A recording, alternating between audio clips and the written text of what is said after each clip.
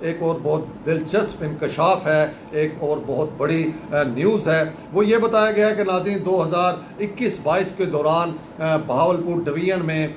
327 housing اسکیموں کی منظوری دی گئی ہے۔ جی ناظرین 327، 15 تحصیلیں ہیں بہاولپور ڈویژن کی، اس میں 327 کی منظوری دی گئی، جبکہ 377 جو سی ہے وہ انڈر پروسیس تھی۔ اور اس میں جو انہوں نے پیرا لگایا ہے، جو بے ضابطگی کا انکشاف کیا ہے، وہ بھی بہت بڑی بے ضابطگی ہے، اور اس میں بتایا گیا کہ ناظرین یہ جو 327 ہاؤسنگ اسکیموں کو اجازت دی گئی ہے، این او سی دیا گیا ہے، یہ جو گرین بیلٹ پہ بنائی جا رہی تھی، اس کو بیسیکلی کنورٹ کیا جاتا ہے براؤن بیلٹ کے اندر، اور اس کی کنورشن فیس ہوتی ہے باقاعدہ، جو کہ لاکھوں کروڑوں روپے کی ہوتی ہے۔ تو یہ 327 جو ہاؤسنگ اسکیمیں ہیں، ان کو بغیر کنورٹ کیے براؤن بیلٹ میں، گرین بیلٹ کے ہی زمرے میں اس کو جو ہے وہ منظوری دی گئی، اور اس کی کنورشن فیس لازمی بات ہے، اگر وہ ڈکلیئر نہیں کی گئی تو اس کی فیس بھی کوئی وصول نہیں کی گئی، اور اس مد میں ناظرین یہ بھی کروڑوں اربوں روپے کا یہ بے ضابطگی ہے، یہ بہت بڑی کرپشن ہے، جس کے بارے میں ہم اکثر آپ کو بتاتے ہیں۔ جو یہ ہاؤسنگ اسکیموں کے معاملات ہیں، اسی میں سب سے بڑے فائدے یہی دیے جاتے ہیں جو ملی بھگت ہوتی ہے۔ ایک تو جو اس کی ایک اسپیسیفیکیشن ہوتی ہے، ایک جگہ کی جو انہوں نے دینی ہوتی ہے ایک ہاؤسنگ اسکیم کو، اس کو گھٹ ظاہر کر کے اس کی جو فیسیں ہیں ان کو گھٹ کیا جاتا ہے، اور دوسرا یہ جو گرین بیلٹ سے براؤن بیلٹ میں کنورٹ کرنا ہوتا ہے، جو کہ ایک زرعی زمین کو کمرشل میں کنورٹ کرنا ہوتا ہے، اس کی مد میں جو بہت ہی ہیوی جو فیسیں ہوتے ہیں سرکاری، اس کو بھی اس طریقے سے ملی بھگت کے ساتھ جو ہے وہ خرد بد کیا جاتا ہے۔ تو یہ ناظرین ایک بہت بڑا انکشاف آپ کو بتانے جا رہے ہیں، جو کمشنر آفس کی سال 2021-22 کی جو یہ رپورٹ ہے، اس میں سامنے آیا ہے۔ 327 پرائیویٹ ہاؤسنگ اسکیموں کی منظوری دی گئی۔ بہاولپور کے ڈویژن کی 15 تحصیلیں، جس میں بہاولپور کی بھی 6 تحصیلیں شامل ہیں، اور اس کے علاوہ ناظرین 377 جو ہے وہ اس وقت جو سی ہیں وہ انڈر پروسیس تھیں، اب جو کہ ہو سکتا ہے کہ وہ بھی ان کی بھی منظوری مکمل ہو چکی ہو۔ تو یہ ناظرین ہے۔ اس کے علاوہ اور بھی بہت سارے اس میں بڑے بڑے انکشافات ہیں،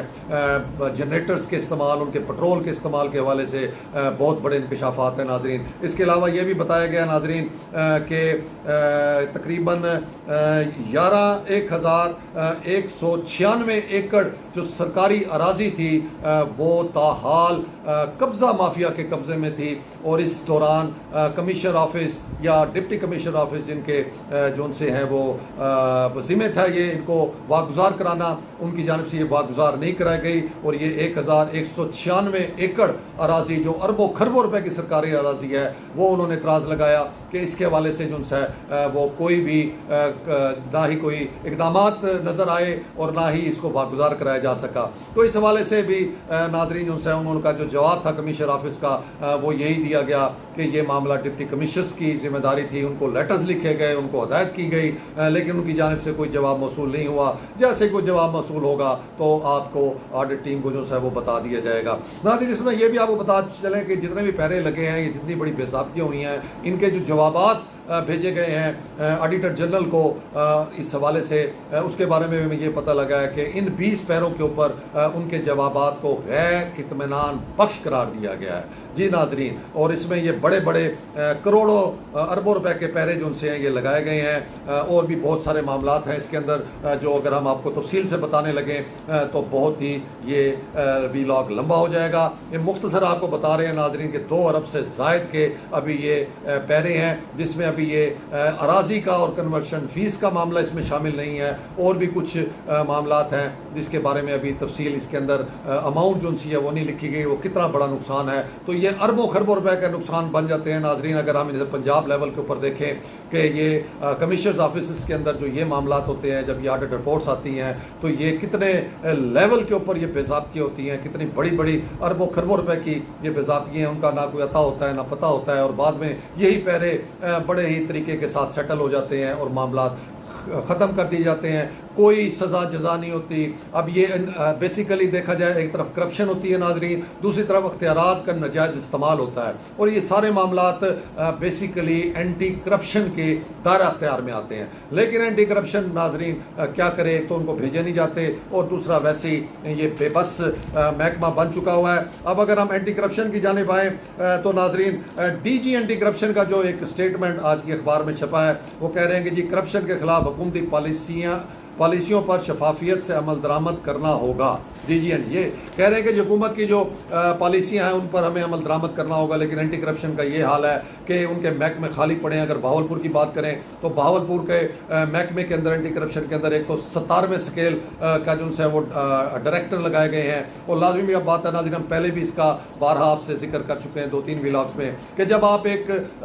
کمزور افسر کو بٹھائیں گے سیٹ کے اوپر تو وہ کیسے طاقتوروں کے خلاف کارروائی کرے گا. یہ پاسبل نہیں ہے. جیسے ہم اتنی بڑی بڑی بے وہ کمشنر ڈپٹی کمشنرز کی بتا رہے ہیں, تو ایک 17ویں سکیل کا جو ڈائریکٹر ہوگا اس کی کیا مجال ہوگی کہ وہ کمشنر یا ڈپٹی کمشنرز کی ان بے ضابطیوں, ان کرپشنز کے حوالے سے جو سے وہ ایکشن لے سکے. تو ڈی جی صاحب کو یہ پہلے سوچنا چاہیے کہ وہ جو اتنے بڑے بڑے بلند بالا دعوے کر رہے ہیں اینٹی کرپشن کے حوالے سے, وہ پہلے اپنے ارد گرد دیکھیں کہ انہوں نے ڈائریکٹرز کتنے سکیل کے لگائے ہوئے ہیں, کتنی سیٹیں جو سی ہیں یہاں پر خالی ہیں, بے شمار سیٹیں افسران کی خالی ہیں, بے شمار انکوائریاں پینڈنگ ہیں, اور یہاں پر عوام صرف چکر لگا لگا کے جو ہے وہ جسے کہیں کہ عاجز آ جاتی ہے, اور اس کے بعد پھر وہ خود بخود پیروی ہی چھوڑ دیتی ہے. تو یہ حالات ہمارے محکموں کے ہیں. آخر میں ناظرین ہم چلتے ہیں جو ہائی کورٹ ملتان بینچ نے ایک بڑا کمال کا فیصلہ دیا ہے کہ ناظرین جب یہ حکومت پنجاب وجود میں آئی تو اس وقت وزیر اعلیٰ پنجاب نے